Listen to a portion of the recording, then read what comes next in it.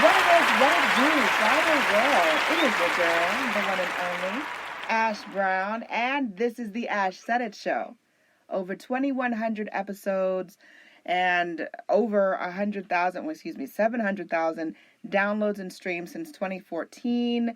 None of this is possible without you guys, so I thank you so very much. As we're going into the holiday season, we're trying to watch what we're doing, trying to make sure that we're staying on point because we know as the holidays come, we may kind of, have some of those indulgences that we love so much. So I've got my buddy Ross here from Smootheeze. Hey, Ross. Hey, Ash, thanks for having me. Great to chat. Yes, thanks so much for joining us. So, Ross, for people that are completely oblivious and unaware, what is Smootheeze?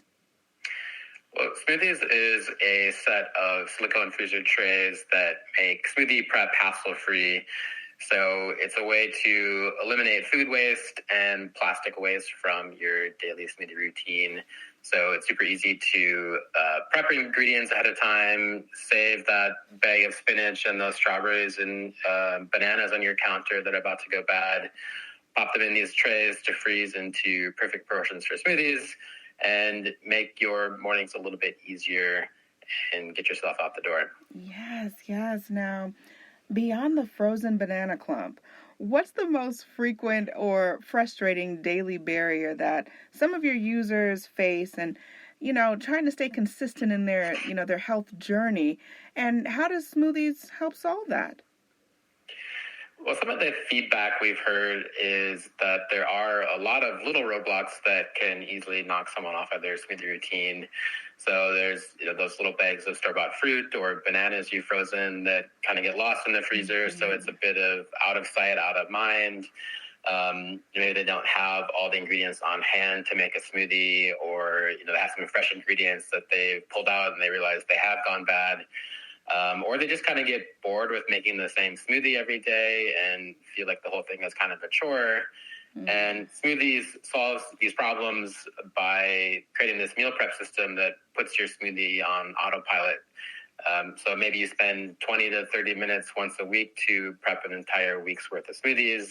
You can build in some variety so you aren't making the same smoothie every day. You could maybe do some more seasonal ingredients. You talked about the holidays coming up here with people indulging a little bit.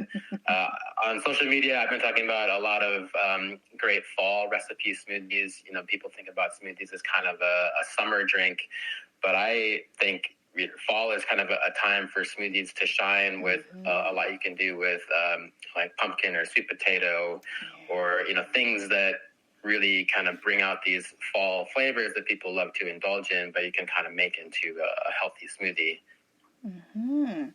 Now, with a buy once, use for decades core promise, how do you sustain growth and engage your customer community after that initial purchase?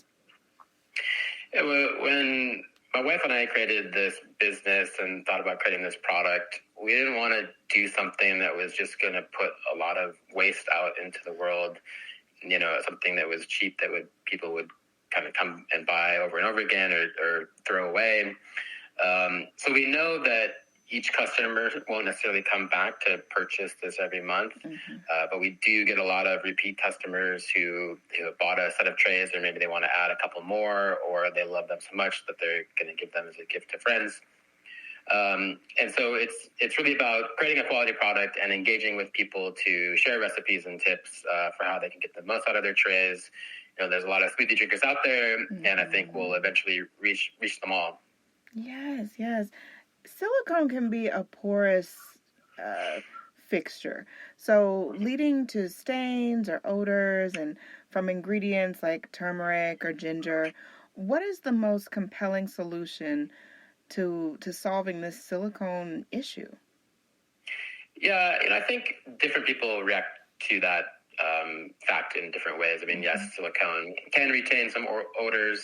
It is prone to staining, but honestly, since we've launched this a year ago, I've made a lot of smoothies with Smootheeze trays, and really the only one thing that I think does actually stain the tray is turmeric, and really only on our lid is kind of a semi-transparent finish. And you might get a little bit of staining that will eventually wash out in a week or two. There are ways to kind of do a deep clean with silicone, whether through kind of boiling them in water, scrubbing them with kind of a baking soda solution, lemon. So you can, get those stains and odors out. It's not permanent. But for me, it's certainly a lot better than traditional, rigid plastic trays that, those can stay in, and it's really impossible to clean. And, the fact that silicone does last for a very, very long time, and it won't crack or break like, other plastic products. Yes. Now, as you and your wife were developing this product, and I would imagine that there were a lot of turns and prototypes that, kind of flew through the window. What is one instance of a challenge during that developmental phase for you that you guys faced, and how did you get over it? Yeah, I mean, it's a pretty simple idea and product. We don't have a product design background. I used to work in marketing and, had some contacts and clients who were in the manufacturing space. So I was able to reach out to them and kind of get pointed in the right direction. So it was pretty easy to create that first concept, but then it was a challenge to figure out how to get it made and actually, I think, function the way we envisioned. Like, we didn't have all of that knowledge and expertise. And so we did struggle a little bit initially with trying to find the right partner who could kind of walk us through how to achieve that vision we had in our minds. And so we did work with a couple of people that we could feel it wasn't a right fit. They weren't really joining us on our kind of newbie journey.